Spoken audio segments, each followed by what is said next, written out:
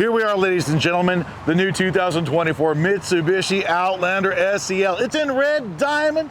Yes, 2.5 liters of engine underneath the hood, 31 miles per gallon. Also 20-inch dual-tone alloy wheels wrapped in Nexen Rhodians. Inside, we have front driver and passenger powered seats that are heated. Plenty of storage right here in the center console, cup holders, different drive modes. There's our shifter, wireless charging, connectivity, 12 volts of power, all of our climate controls, 360-degree camera, and also navigation. Full digital cockpit. Our steering wheel here has all of our hands-free controls, very comfy cockpit, very functional.